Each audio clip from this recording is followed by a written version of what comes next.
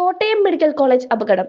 രക്ഷാപ്രവൃത്തി ഇല്ലാതാക്കി പാവപ്പെട്ട ഒരു വീട്ടമ്മയെ മരണത്തിന് വിട്ടുകൊടുത്ത ആരോഗ്യമന്ത്രി വീണ ജോർജ് രാജിവെക്കണമെന്ന് ആവശ്യപ്പെട്ടുകൊണ്ട് KPCCയുടെ ആഹ്വാനപ്രകാരം മുണ്ടത്തിക്കോട് മണ്ഡലം കോൺഗ്രസ് കമ്മിറ്റിയുടെ നേതൃത്വത്തിൽ അത്താണി പൂമല ബസ് സ്റ്റോപ്പിൽ നിന്നും ആരംഭിച്ച പന്തം കൊളുത്തി പ്രതിഷേധ പ്രകടനം അത്താണി സെന്ററിൽ സമാപിച്ചു. പ്രതിഷേധ പരിപാടിയുടെ അധ്യക്ഷൻ ഹരീഷ് CH പരിപാടി ഉദ്ഘാടനം ചെയ്ത് സംസാരിച്ചു.